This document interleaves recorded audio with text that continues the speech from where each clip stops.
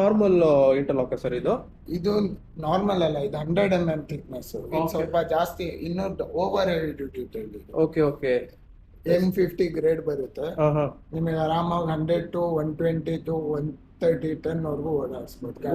Okay okay okay sir. ಅಂದ್ರೆ ಇದು life ಎಷ್ಟು ಬರುತ್ತೆ ಸರ್ ಇದು? 6 to 7 years ಲೈಫ್ ಅಂತ ಏನಿಲ್ಲ, ಇದೇನು ನಿಮಗೆ ಟೈಲ್ಸ್ ಏನು ಫೇಡ್ ಆಗಲ್ಲ. Okay. ನೀವು ಎಷ್ಟಾದ್ರೂ ಓಡಾಡಿಸಿ ಏನಾದ್ರು ಮಾಡಿ ಟೈಲ್ಸ್ ಏನು ಫೇಡ್ ಆಗಲ್ಲ. ಹಾ. ಈಗ ಬರೇ ನಿಮಗೆ ಕೋಟಿಂಗ್ ಏನಾದ್ರು 7 years ಫೇಡ್ ಆಗ್ಬೋದು ಅಷ್ಟೇ. ಕೋಟಿಂಗ್ ಬೇಕಾದ್ರೆ ನಾವು ಮತ್ತೆ ಮಾಡ್ಕೊಡ್ತೀವಿ. Okay okay okay.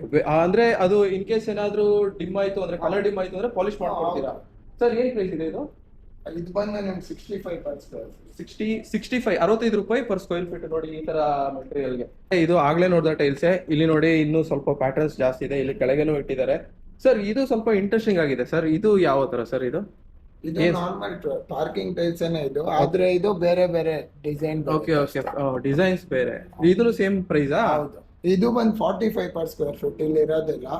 25 mm thickness ಬರುತ್ತೆ. Okay okay okay okay. 25 mm thickness ಇಲ್ಲಿ ನೋಡ್ತಿರ್ಬೋದು. 1 ಇಂಚ್ ಹತ್ರ ಬರುತ್ತೆ. 25 mm ಎಲ್ಲ 45. ಇದೆಲ್ಲ ಪ್ಲೇನ್ ಕಲರ್ಸ್. ಇದು ಬಂದು ನಿಮಗೆ ಬೇರೆ ಟೈಲ್, ಇದು ಪಾರ್ಕಿಂಗ್ ಟೈಲ್ಸ್ ಅಲ್ಲ. ಇದು ಬಂದು ವೆದರ್ ಪ್ರೂಫ್ ಟೈಲ್ಸ್ ಅಂತ ಹೇಳ್ತಾರೆ. ಟೆರೇಸ್ ಹಾಕ್ತಾರೆ, ವಾಟರ್ ಪ್ರೂಫಿಂಗ್ ಎಲ್ಲ. ಬಂದು ನಿಮಗೆ ಬರೀ 20 mm